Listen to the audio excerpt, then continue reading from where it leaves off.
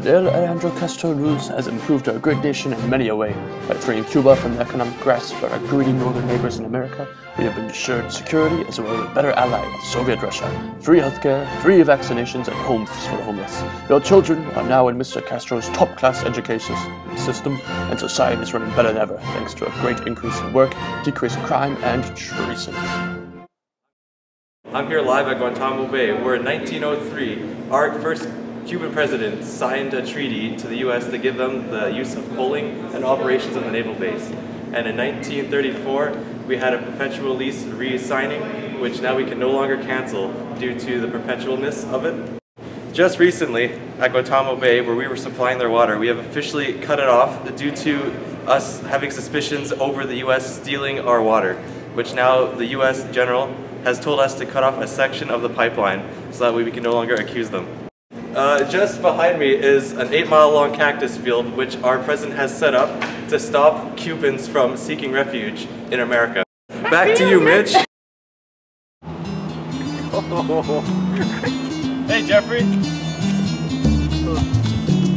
Those Monte Cristos? Yeah. Yeah? Those are the second best in Cuba. Oh yeah? Why didn't you get the first one? Monte Cristos are cheap. Probably cheap and they taste the same.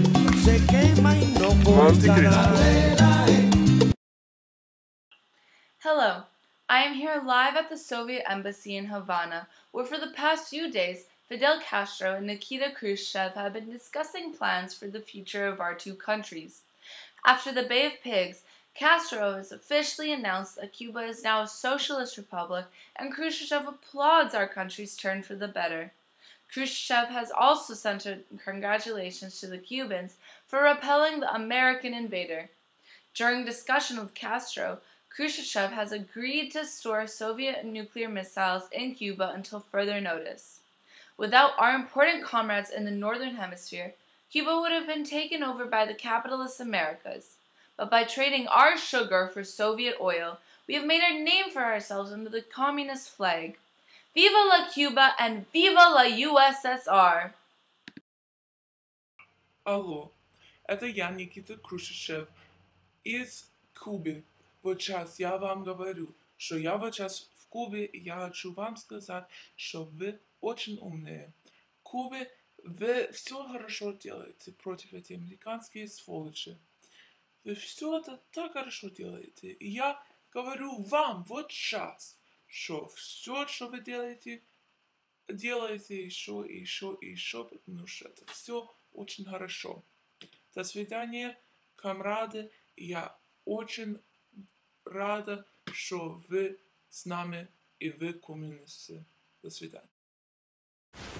To halt this offensive buildup, a strict quarantine on all offensive military equipment under shipment to Cuba is being initiated.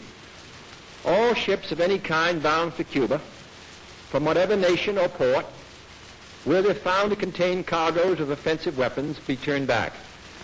It shall be the policy of this nation to regard any nuclear missile launched from Cuba against any nation in the Western Hemisphere as an attack by the Soviet Union on the United States, requiring a full retaliatory response upon the Soviet Union. I am live on scene at the conference where a U.S. lawyer had just signed an agreement where he agreed to exchange 1,100 prisoners for food and medicine estimated at $53 million worth. The events led up to the extraordinary deal started with the tensions between the U.S. and Cuba. With Castro nationalizing U.S. corporations such as oil refineries, sugar mills, and banks, which made the U.S. stop exportation of Cuban sugars to the States. The States had accused Castro of following Bolsheviks' footsteps, and the CIA planned a poorly executed plan of having these rebels land in Guantanamo Bay and its poor attempt to overthrow Castro. These rebels were trained by the CIA, a covert organization who dwells in politics, economic matters, as well as military actions. This is said to be the spark of the Cold War. And now, back to you in the studio, Mitch.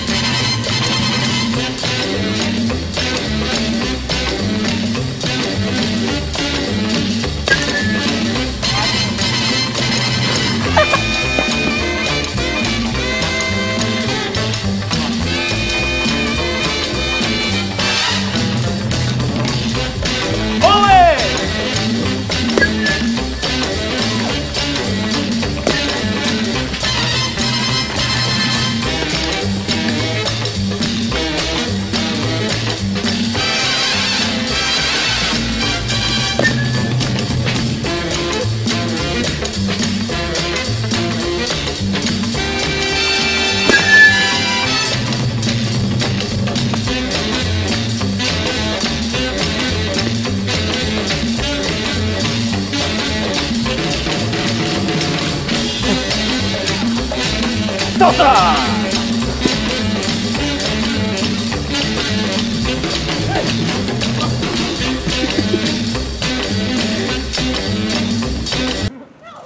Rodriguez, can you sign my baseball? You're my favorite player. That hasn't defected to America. Thank you, Jose. Baseball is like a escape from all the poverty in Cuba, and we can just focus on a sport. And I never want to leave Cuba because Cuba is the greatest league. I love the people and Castro's system.